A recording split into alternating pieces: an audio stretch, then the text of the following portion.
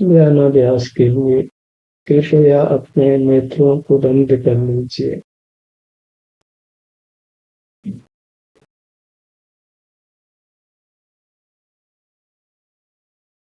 हमें इंद्रिय जय करना है।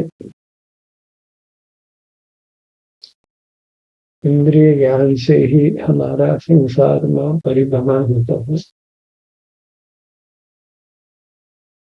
इंद्रिय ज्ञान के निरोध से ही हमको मोक्ष पाना है। जहाँ स्वानुभव की निरंतरता से जीव मोक्ष पाता है, वहाँ इंद्रिय ज्ञान के निरंतरता से जीव निरोध में जाता है, वहाँ सुख रहित होता है। मोक्ष में सुख की पूर्णता है और निरोध में सुख का अभाव है। इंद्रिय ज्ञान की निरंतरता से जीव अचेतन समान होता है। इसलिए हमें इंद्रिय ज्ञान का निरोध करना है।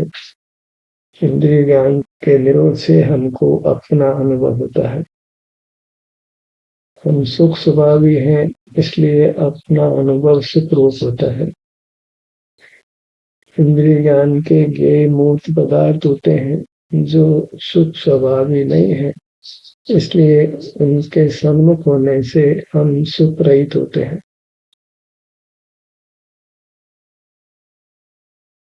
मूर्त पदार्थों को विषय करने से सुख होना असंभव है, क्योंकि उनमें सुख नहीं है। सुख हमारे नहीं है, हम ही सुख स्वभावी हैं। इसलिए अपने से युक्त होकर ही हम सुख पा सकते हैं।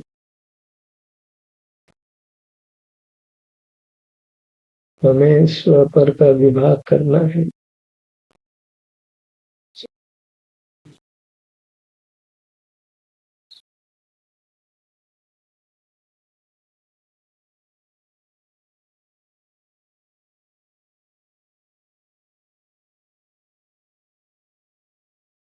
स्वानुभव के लिए आवश्यक है कि हम मूर्त पदार्थों को देखना जानना बंद करें, तभी हमको अपना अनुभव होता है। यथा संभव हमको नेत्रों को बंद ही रखना है। और ये कोई कठिन कार्य भी नहीं है। कदाचित इंद्रियों को खुला भी रखना पड़े तो हमको खुली इंद्रियों से भी बीच बीच में अंतर दृष्टि कर अपने सुख स्वभाव से युक्त होना है। अपने सुख को भोगना है। सुख रहित नहीं रहना है। अपने से विमुख नहीं रहना है।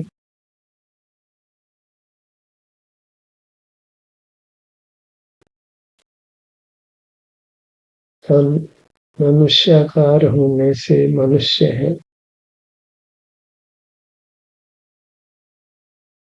पंचेंद्रिय संगी प्राणी हैं। मनुष्य के समान उत्तम भाव कोई नहीं होता।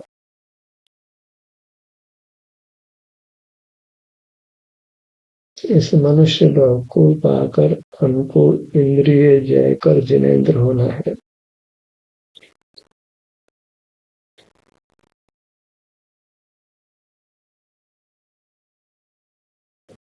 हम इतना ही है कि हम अपने शरीर का एहसास करें।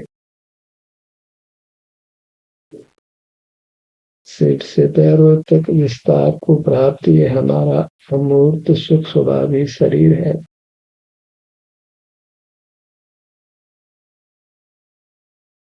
सर्व जीवों को ज्ञान से छूटकर अनुभव होता है। इस प्रकार ज्ञान और दर्शन में परिवर्तन होता रहता है। ज्ञान सुख का हेतु होता है और अपना अनुभव इसको हम दर्शन कहते हैं। वह सुख का हेतु है। हम दर्शन स्वभावी हैं, न कि दर्शन ज्ञान स्वभावी। स्वानुभव सहित रहना ही हमारा स्वभाव है। इंद्रिय ज्ञान में रहना वह संसार का हेतु होने से संसार स्वरूप है, दुख स्वरूप है, और दुख हमारा स्वभाव नहीं है। अपने ध्यान को अपने मुखमंडल पर लाएंगे।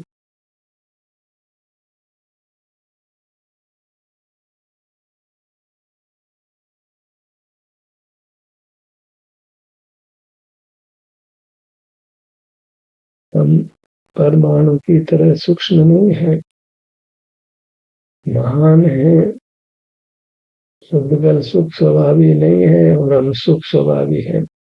पुद्गल की कामना करना, पुद्गल को पाने की इच्छा करना, पुद्गल को जानना सबका सब रहता है। पुद्गल का भी हमको प्राप्त नहीं हो सकता, बस बन सकता है। पुद्गल के बंधन से ही हमारे सुख स्वभाव का घात होता है।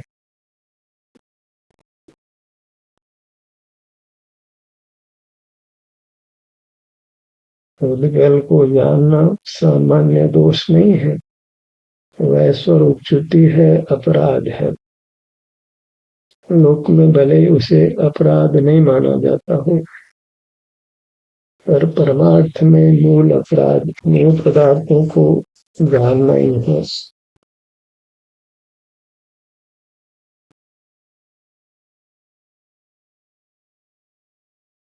सारे अपराधों के मूल में मूर्त पदार्थों को जानना है।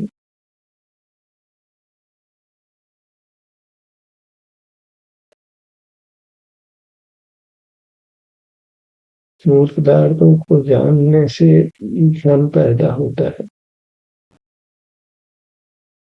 जैसे मानो मूर्त पदार्थ मिल गए हो। दर्पण में पदार्थ सीमित होते हैं, तो हमको दूर से देखें तो दर्पण दिखाई नहीं देता, पदार्थ ही दिखाई देता है। मानो दर्पण नहीं है, पदार्थ ही है। इस प्रकार दर्पण अपने स्वरूप को खोता है। यही स्थिति हमारी है। मूल पदार्थों को जानते हुए हमको ऐसा ही लगता है कि मूर्त पदार्थ ही है, हम नहीं है।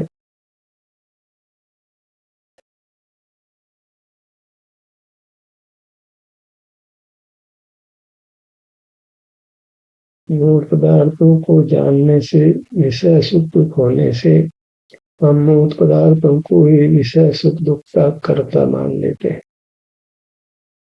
उनके प्रति राग द्वेष करते हैं। कर्ता मानना वह मोह कहलाता है, विभ्रम कहलाता है।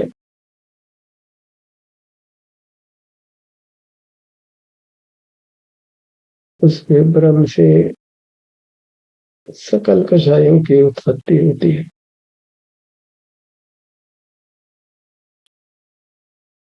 विभ्रम और कषाय से मुक्त होने का एक ही उपाय है कि हम मूल पदार्थों को जानना बंद रखें।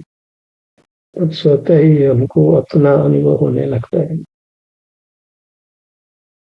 तो कठिन नहीं है, बस एक बार लक्ष्य बनाना है कि मुझे मूल पदार्थों को जानना बंद रखना है।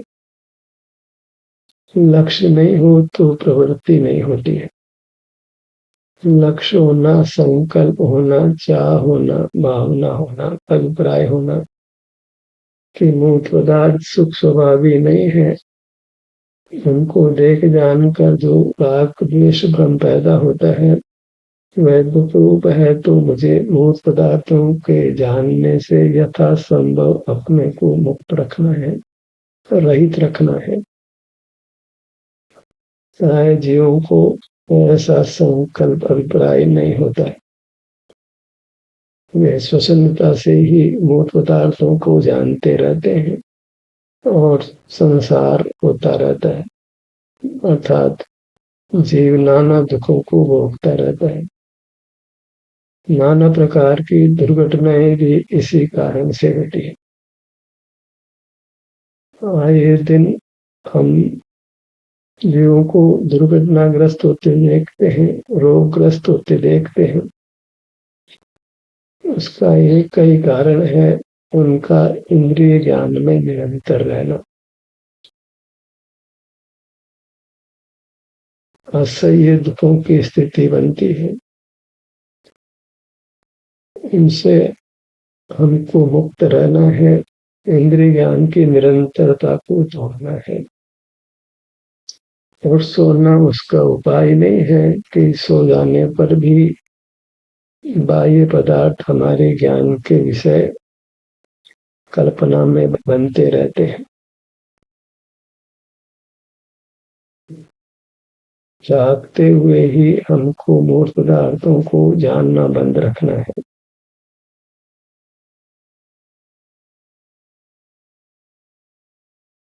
हमको अपनी मूर्त का ही अनुभव करना है। ज्ञान का प्रतिपक्ष दर्शन है, वह स्वानुभव है। अपना मुख अपनी ओर रखना है। जीव ज्ञान और दर्शन दो में से एक के बिना कदापि नहीं होता। बस हमको चुनाव करना है कि इंद्रिय ज्ञान करना है कि अतीन्द्रिय दर्शन स्वानुभव करना है। दर्शन में अतीन्द्रिय सुख प्राप्त होता है। कदाचित कर्म के विभाग हो तो वेदना का अनुभव हो, पर वह भी अतीन्द्रिय होता है।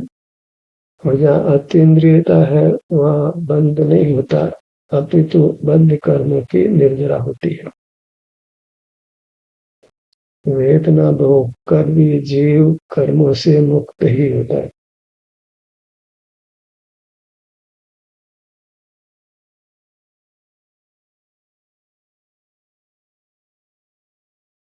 बस इंद्रिय जय करना है, फिर सुख हो या दुख हो हम संसार से मुक्त ही होते हैं। अतीन्द्रिय सुख हो या अतीन्द्रिय दुख हो, उसके फल में निर्वाण ही होता है। अनंत दशा में भी कदाचित असता वेदनी का उदय होने पर अल्प शारीरिक दुख अनुभव में आता है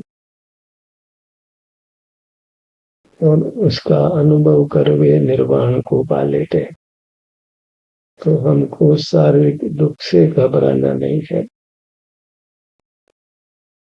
उपवास करते हैं तो कुछ समय क्षुधा दुख देती है, उसके बाद क्षुधा भी दुख देना बंद कर देती है और जीव को अच्छा अनुभव होने लगता है। सभी बाह्य पदार्थों के त्याग से हमको प्रारंभ में भले ही कुछ दुख लगता हो, पर त्याग प्रमाण सुख अवश्य होता है। जितना अपरिग्रह है, जितना बाह्य पदार्थों का जानना नहीं है, उतना सुख है। सार्थ ज्ञान में नहीं हो या हमको नहीं जाने, वही वास्तव में त्याग संज्ञा पाता है, त्याग नाम पाता है।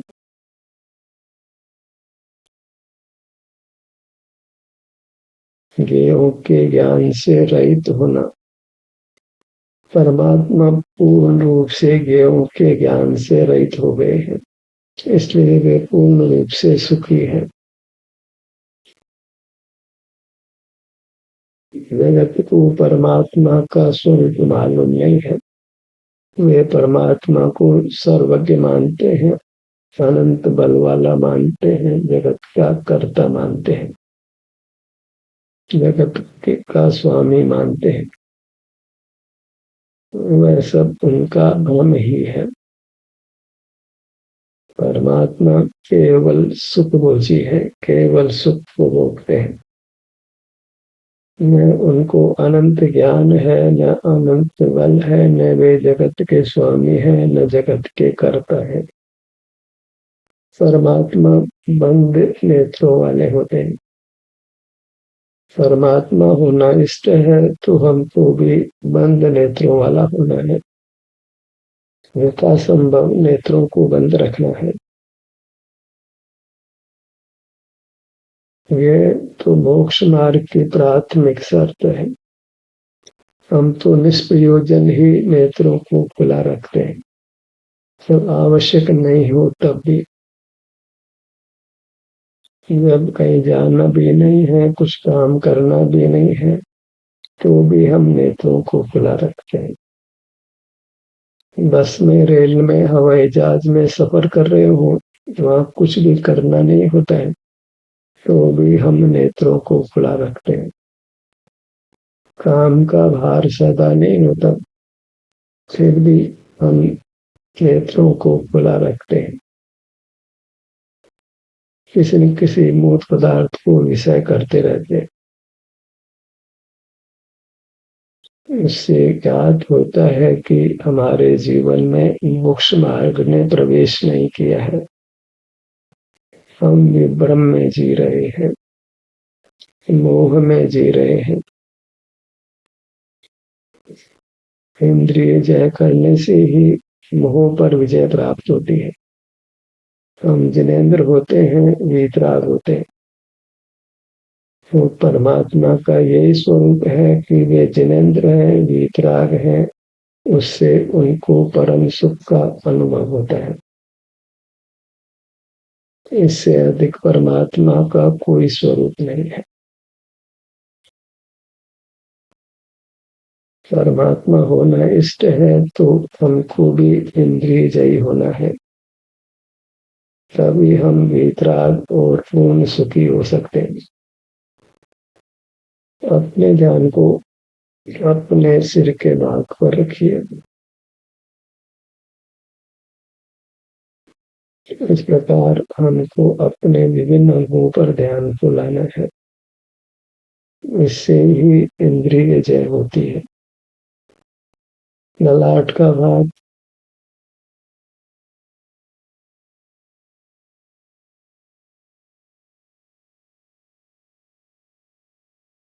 इस प्रकार जब हम अपने विभिन्न अंगों से युक्त होने का अभ्यास करते हैं, तो कदाचित बहिर्मुखता भी हो तो अनर्गल प्रवृत्ति मिट जाती है।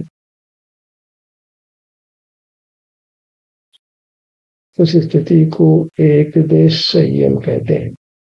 स्वानुभव में पूर्ण संयम है, और स्वानुभव करने वाले जीव को बहिर्मुखता में एक देश संयम है।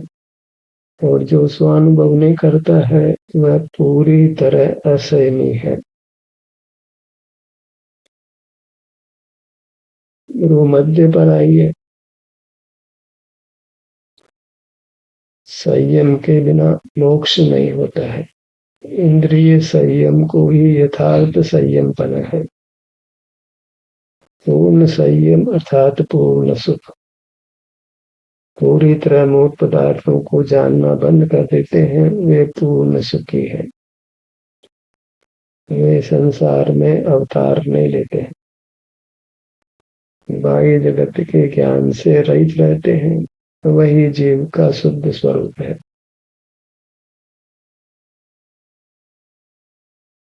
नेत्रों के भाग पर आइए।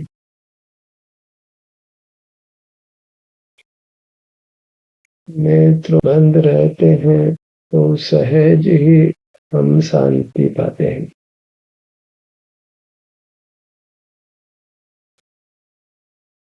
बंद नेत्रों से सुगमता से अपना अनुभव होता है। अपना अनुभव वही सुख का अनुभव है। जो सुख की कामना है तो हमें अपना ही अनुभव करना है। कुछ परिग्रह की आवश्यकता नहीं है, कुछ पर को जानने की आवश्यकता नहीं है। पर को जानना ही परिग्रह है, तो वही पाप है। पर प्रकाशकता का ही दूसरा नाम पाप है। और पाप जीव का विभाव है, मुख रूप है, राग द्वेष मोह रूप है। बायां नेत्र, दायां नेत्र केवल सुनने तक सीमित नहीं रहना है, अपनी मूरत से युक्त रहना है।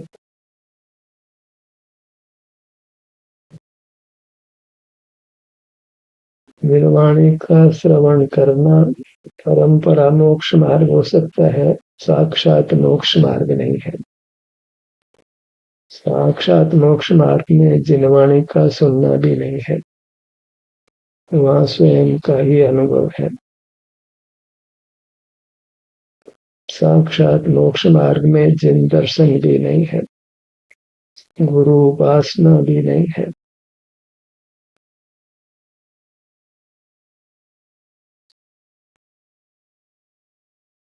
मोक्ष मार्ग में आप ही है। संसार मार्ग में भी जीव तो वास्तव में अकेला ही है, इंद्रिय ज्ञान में ही संग होने का भ्रम होता है। इंद्रिय ज्ञान के पर्याय में वास्तव में कोई पदार्थ नहीं होता है, फिर भी पदार्थ होने का भ्रम होता है। इंद्रिय ज्ञान वह भ्रम रूप ही है, सकल ज्ञान भ्रम रूप ही होता है। दर्पण में जो पदार्थ प्रतिबिंबित होते हैं तो लगता है दर्पण में पदार्थ है, पर दर्पण को अच्छी तरह परख लीजिए, वहां कोई पदार्थ नहीं है, दर्पण ही है।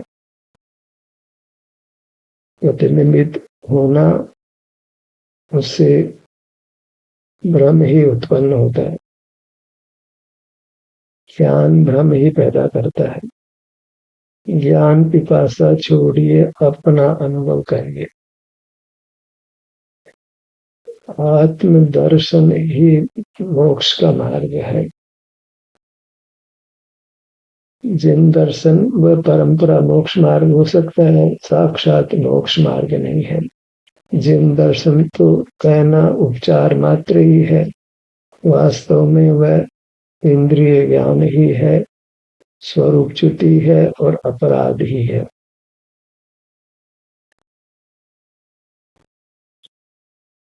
कानों के बात पर आइए।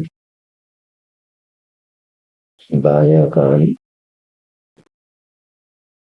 दायां कान, जब भी वो अपने स्वरूप का रस पान कर लेता है तो वह सकल जगत से विरक्त होता है, यहाँ तक कि वह देव शास्त्र गुरु से भी विरक्त हो जाता है, फिर अपने अनुभव रूप ही रहना चाहता है।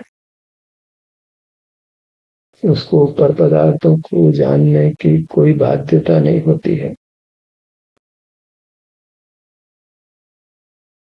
नासिका पर आइए।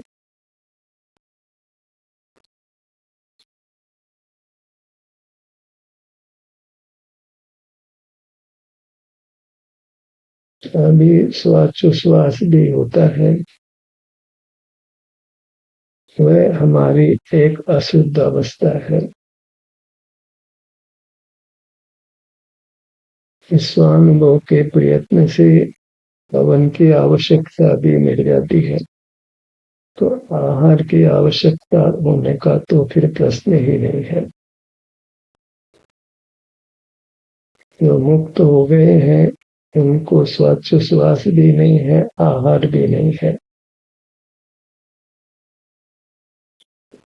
कोई वचन बल, मन बल, काय बल नहीं है। जगत का जानना नहीं है, जगत का कर्तृत्व नहीं है, जगत का भोक्तृत्व नहीं है, जगत का स्वामित्व नहीं है। वे ही परमार्थ से अकेले हैं। जो मूल पदार्थों को जान रहा है वह भीड़ में है, अकेला नहीं है। और जहाँ भीड़ है वहाँ दुख है, भीड़ में शांति नहीं है। फोटो के भाग पर आइए।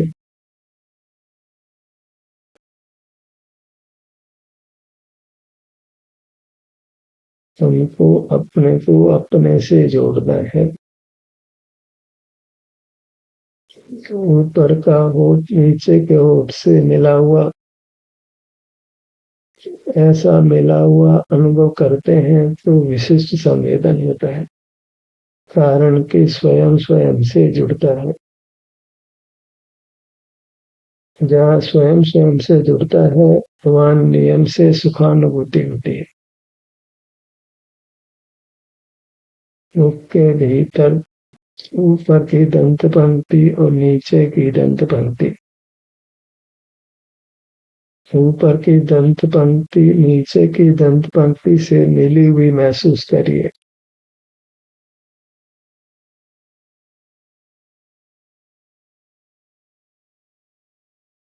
तो आपको कुछ सुखद संवेदना मिलती है, क्योंकि वहां भी स्वयं का स्वयं से मिलन है।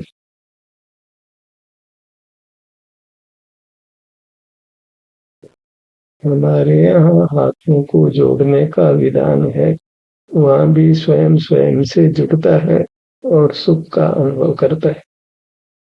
दूसरे से हाथ मिलाने का विधान हमारे यहाँ नहीं है, क्योंकि फर से युक्त होने से नियम से आकुलता होती है।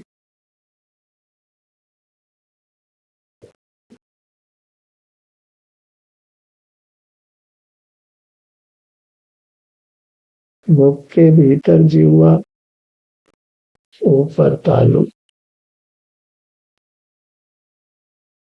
चुंडी, पूरा मुखमंडल। परिचय के लिए हम केवल अपने चेहरे की फोटो देते हैं। चेहरे को देखकर ही हम दूसरे को पहचान लेते हैं। इस चेहरे का भाग ध्यान के लिए सर्वोत्तम है। यहाँ पांचों इंद्रियों का अवस्थान है और मस्तिष्क भी यहीं पर है। सर्वाधिक बहिर्मुखता मुखमंडल के भाग से ही होती है। तो मुखमंडल पर आने से पंचेंद्रिय जय होती है, विकल्प भी शांत होते हैं, वीतराग स्थिति बनती है, सुखद स्थिति बनती है। अपने धड़ भाग को लक्ष्य में लीजिए। दाई भुजा, बाई भुजा, दाया पैर, बाया पैर, ये आपका स्वयं का दर्शन ही परमार्थ से जिन दर्शन है, क्योंकि अपनी मूर्त चेतन है, परमात्मा स्वरूप है, जिन स्वरूप है।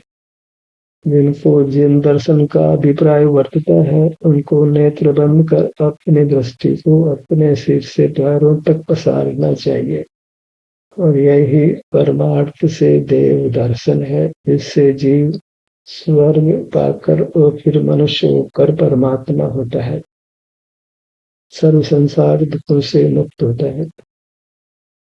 ध्यान का सत्र यही समाप्त होता है। आपकी सहभागिता के लिए धन्यवाद।